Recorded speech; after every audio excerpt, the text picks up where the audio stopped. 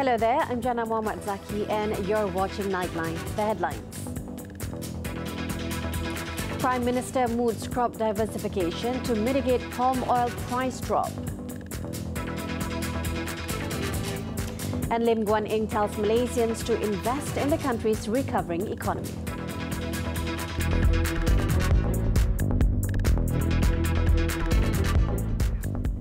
Prime Minister Tun Dr. Mahathir Mohamad on Sunday proposed to local farmers to optimize their agricultural land by practicing mixed farming to avoid being dependent on just one crop. He said mixed farming had been seen capable of preventing the farmers from being trapped and affected by the drop in the price of certain commodities such as oil palm and rubber. In remarks made during visits to farms across Selangor, he expressed admiration and surprise with the organised farming methods employed in today's modern plantations. Saya kagum, terkejut melihat perladangan sayur-sayuran secara teratur.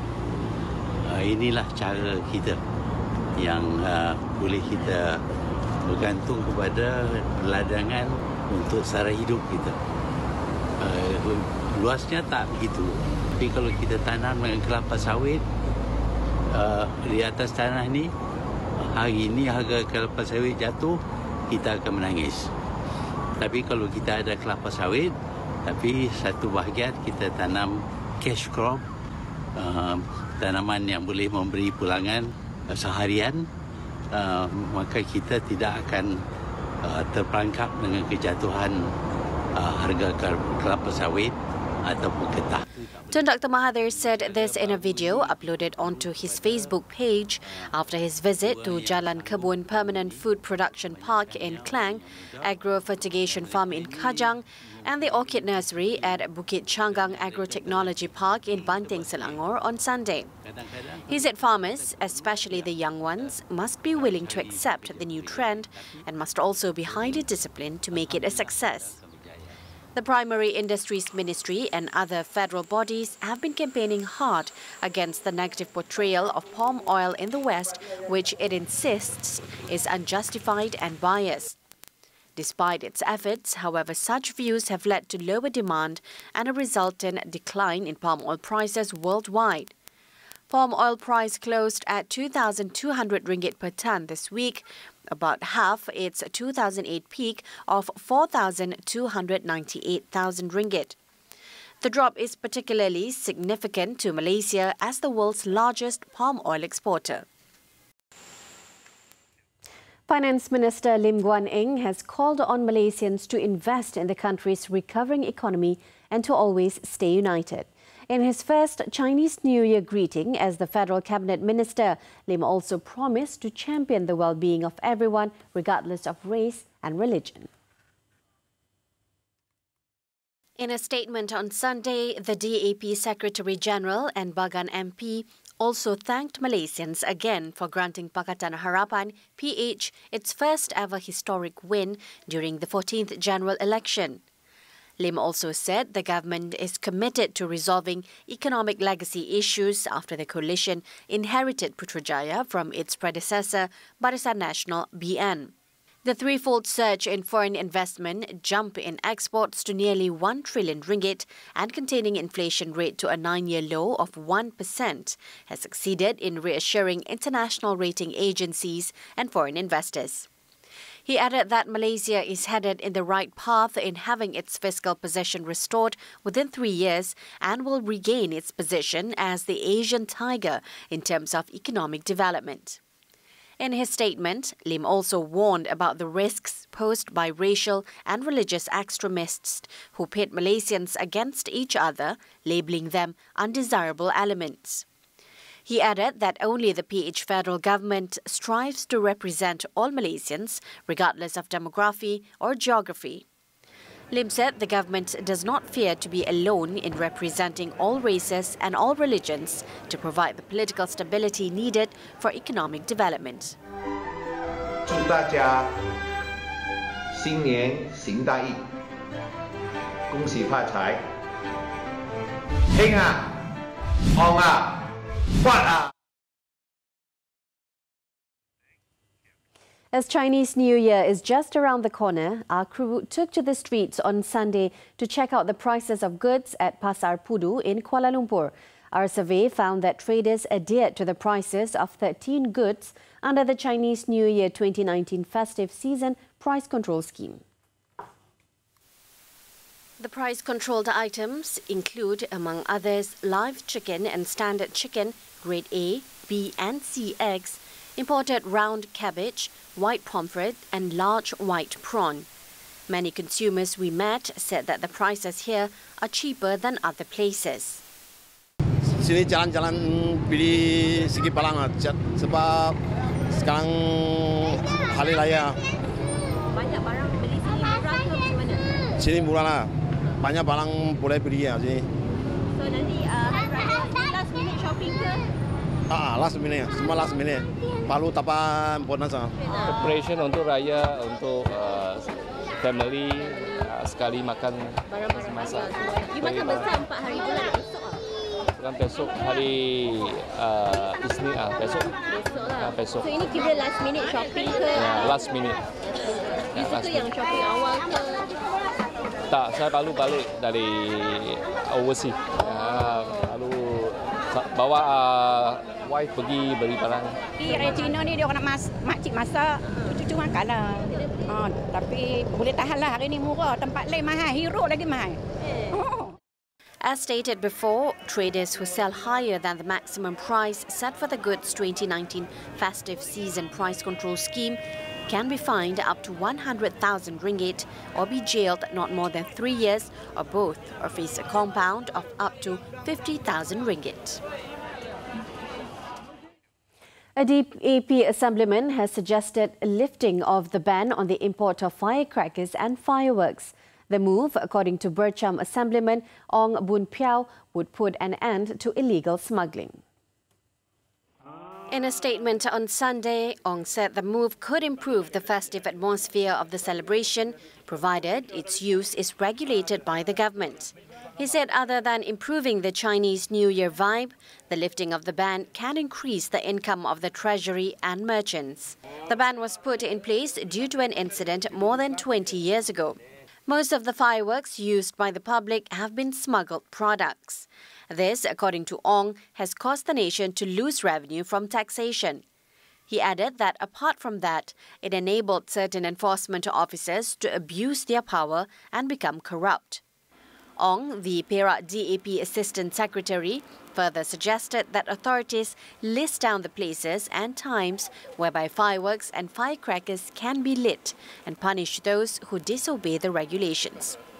Only 2 types of fireworks and firecrackers are exempted from the 1994 federal ban, Pop Pop and Happy Boom fireworks. The social security organization SOCSO has warned that it will take action over fraudulent claims or any abuse of its benefits. Its chief executive, Datuk Seri Dr. Muhammad Azman Aziz Muhammad, said SOCSO was working closely with the police and the Malaysian Anti-Corruption Commission, MACC, to investigate any suspicious cases. He said SOCSO viewed any false claims as a serious offence.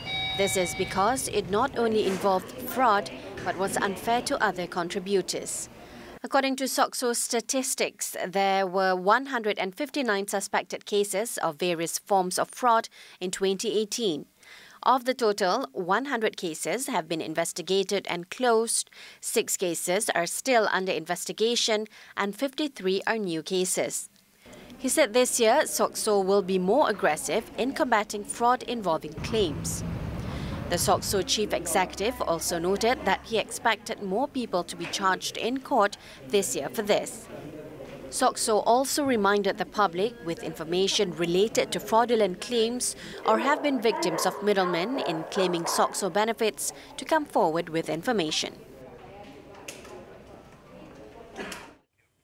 In Pahang, 2 men who were arrested for allegedly threatening a trader who wrote an insulting comment against the Yang di-Pertuan Agong Al-Sultan Abdullah Riayatuddin Al-Mustafa Billah Shah on Facebook has been released on police bail. State Police Chief Datuk Muhammad Zakaria Ahmad said the men aged 32 and 36 were released on Saturday after police recorded their statements. However, according to the police chief, the investigations will still continue under the Penal Code for criminal intimidation. In the incident, the two men had allegedly gone to the trader's premises near Kuantan at about 2:30 p.m. on Friday and rebuked him for posting an insulting comment against Al-Sultan Abdullah on Facebook and later challenged him for a fight. The 45-year-old trader lodged a police report at the district police station on Friday night before the duo was arrested for investigation. Meanwhile, Datuk Muhammad Zakaria said the trader, who was also arrested for allegedly insulting Al-Sultan Abdullah on Facebook, had also been released on police bail. He said the man had provided his statement at the Temerloh police station before he was freed on Saturday.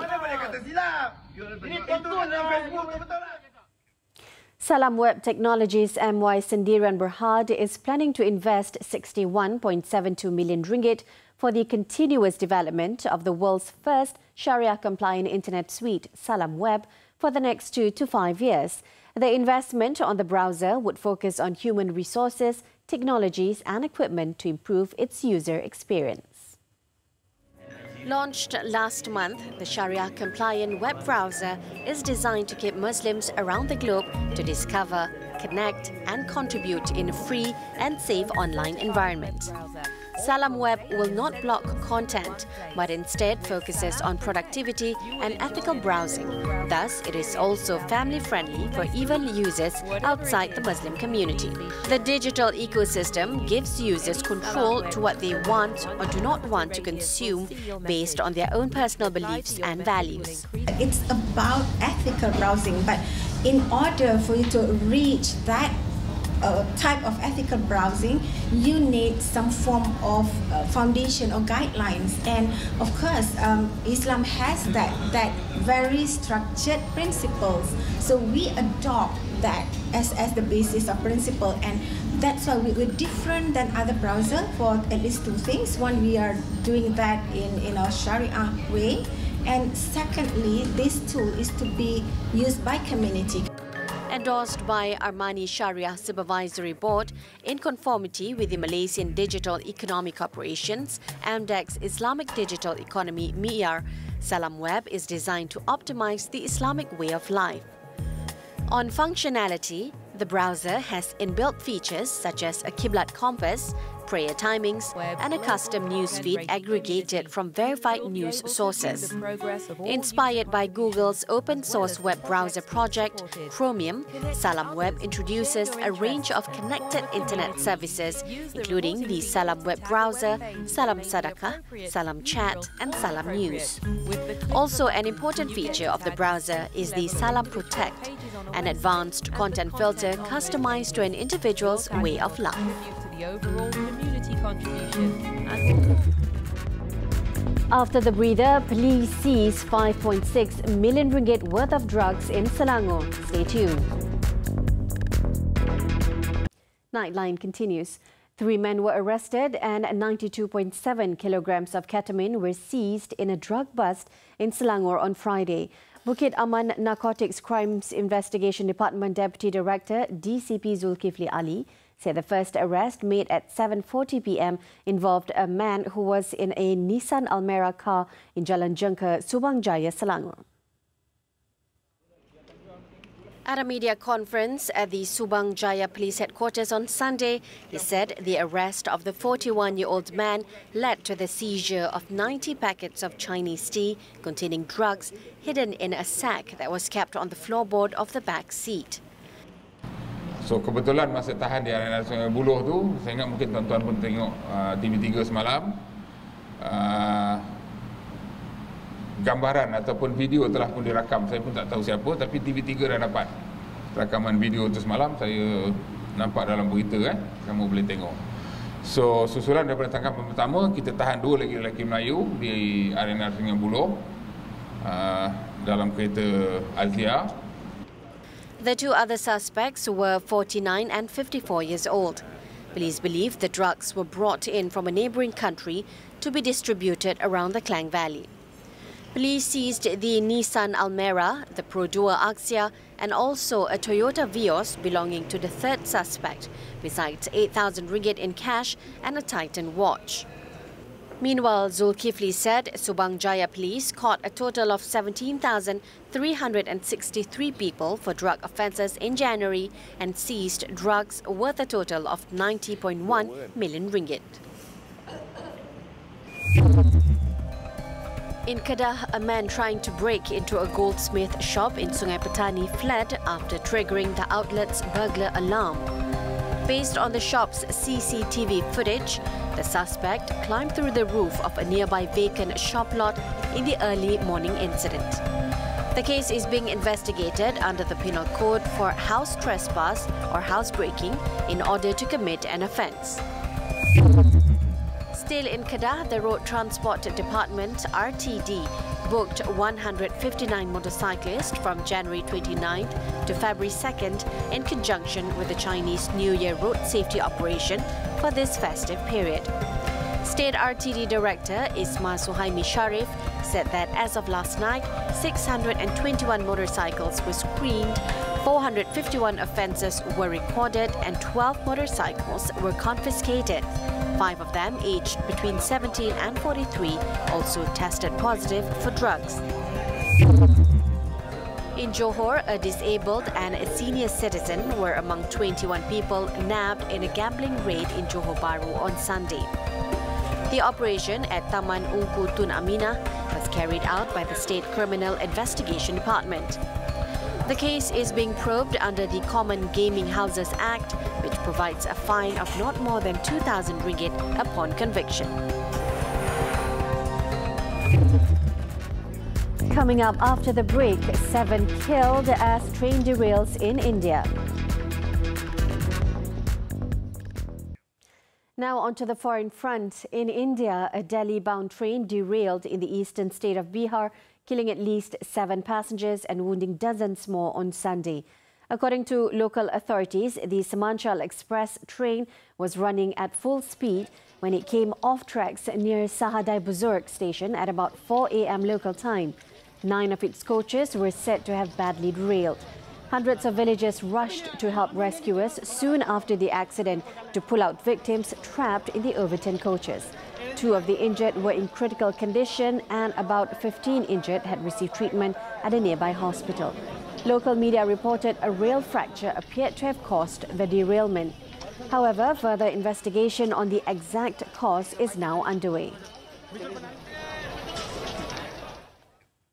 In Russia, at least 7 people, including 4 children, were killed following a bus crash about 200 kilometers south of Moscow on Sunday. The crash also caused over 30 more passengers wounded. According to the local authorities, the bus was carrying 48 people on board the bus, including 33 children, during the time of the crash. The horror incident occurred as the bus overturned while en route from the city of Smolensk to Kaluga, leaving the vehicle lying on its roof with the front windows shattered and doors open.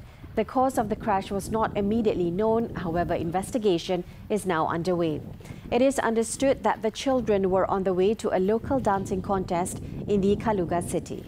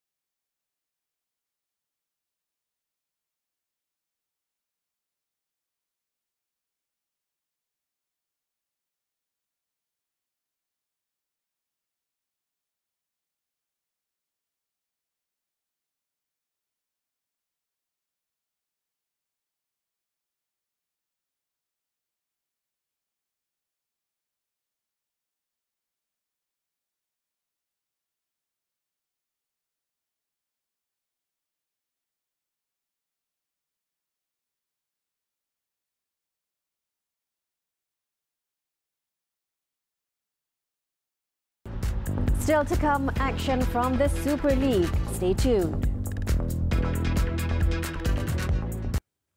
Sports football, the Super League. Selangor's hopes of a winning start were dashed after they were held to a 1-1 draw by Felda United on Sunday night. Grenadian striker Antonio German put the Red Giants ahead in the 40th minute before Felda skipper Muhammad Hadin Azman equalised in the 69th minute.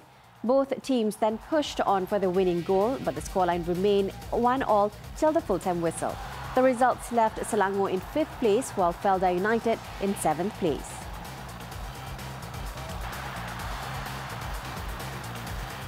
That's all for Nightline this time around. As we wrap, take a look at the visuals of dancing dragons and lions with a colourful, fun-filled Lunar New Year in Buenos Aires. With that, I'm Jana Muhammad Zaki. Thank you for your company.